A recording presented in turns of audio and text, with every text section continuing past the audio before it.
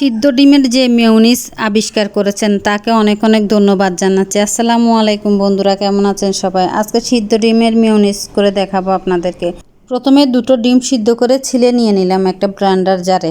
তারপরে 2 টেবিল চামচ পরিমাণ চিনি আর 2 টেবিল চামচ পরিমাণ পাউডার দুধ আর 1 টেবিল চামচ পরিমাণ গোলমরিচের গুঁড়া। আমি এখানে কালো গোলমরিচের গুঁড়া ব্যবহার করেছি, আপনারা চাইলে সাদা গোলমরিচের গুঁড়াও ব্যবহার করতে পারবেন। আমি দিয়ে দিলাম 2 টেবিল চামচ পরিমাণ তেল, রান্নার তেল, আর দিয়ে দিব 2 টেবিল চামচ পরিমাণ ভিনেগার। আমি তেলের পরিমাণ কম দিয়েছি কারণ আমি অল্প পরিমাণ পানি ব্যবহার করব।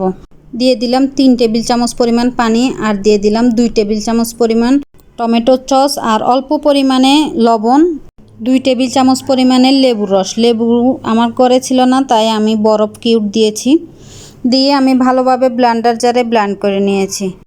আলহামদুলিল্লাহ, মেয়োনিজটা দেখতে অনেক সুন্দর হয়েছে। ক্যামেরায় কীরকম বোঝা যাচ্ছে জানি না, দেখতে অনেক ভালো লাগতেছে। আমাদের বাসায় বেশি ঘন মেয়োনিজটা খেতে চায় না, একটু পাতলা মেয়োনিজটা পছন্দ করে বেশি, তাই আমি একটু পানি দিয়েছি। আপনারা চাইলে তেলের পরিমাণ বেশি দিয়েও করতে পারবেন। আমি তেলটা বেশি দিই নাই, আমি পানির পরিমাণটা একটু বেশি দিয়ে তারপর করেছি। এই সিদ্ধ ডিমের মেয়োনিজটা যে বানিয়েছে ভাই, তাকে অনেক অনেক অনেক ধন্যবাদ। আগে কাঁচা ডিমের মেয়োনিজটা অনেকে খেতে চাইতো না, আবার পছন্দও করতো না। এই সিদ্ধ ডিমের মেয়োনিজটা হওয়াতে সবাই পছন্দ করে। আমার এই রেসিপি যদি ভালো লেগে থাকে লাইক কমেন্ট শেয়ার করে পাশে থাকবেন। সবাই ভালো থাকবেন, সুস্থ থাকবেন। আল্লাহ হাফেজ।